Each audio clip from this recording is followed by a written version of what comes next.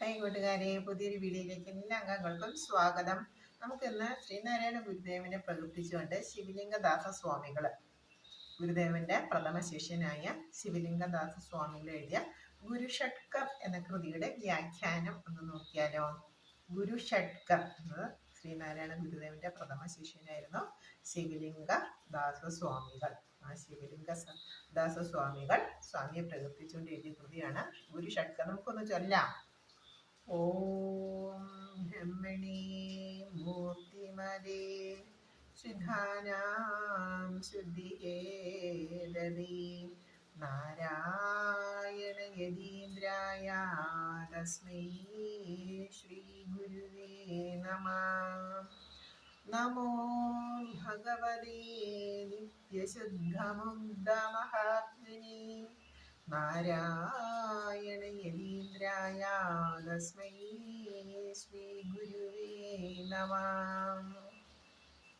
അപ്പൊ നമുക്കതിന്റെ ഒന്നാമത്തെ ശ്ലോകമായിട്ടുള്ള ഓം ബ്രഹ്മണി മൂർത്തിമതേ നോക്കാം. ഓ എന്ന പദം സൂചിപ്പിക്കുന്നത് പരബ്രഹ്മത്തെയാണ്. ബ്രഹ്മ, വിഷ്ണു, മഹേശ്വരന്മാര് ഒരുമിച്ച് ചേർന്നിട്ടുള്ള ആ പരാത്മ ചൈതന്യത്തെയാണ്. ആ പരാത്മ ചൈതന്യത്തെയാണ്, ആ ആത്മീയ ചൈതന്യത്തെയാണ് ഓ എന്ന പദം കൊണ്ട് സൂചിപ്പിക്കുന്നത്. ഓ ബ്രഹ്മ, വിഷ്ണു, മഹേശ്വരന്മാര്, ബ്രഹ്മ, വിഷ്ണു, മഹേശ്വരന്മാര് ഒരുമിച്ച് ചേർന്നാൽ ഉള്ള ആ ആരാധന സ്വരൂപത്തെയാണ് ഓ എന്ന പദം കൊണ്ട് സൂചിപ്പിക്കുന്നത്. എന്താണ്? ഓ ബ്രഹ്മണി മൂർത്തിമതേ. ഓ ബ്രഹ്മണി മൂർത്തിമതേ.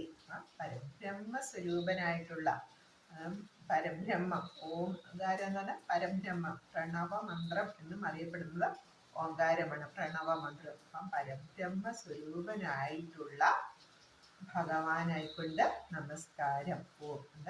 ഓ എന്ന സ്വരൂപം ഒരു ആകൃതി പ്രാപിച്ചാൽ അത് അങ്ങാണ്, ഗുരുസ്വാമിയാണ് എന്നാണ് പറയുന്നത്.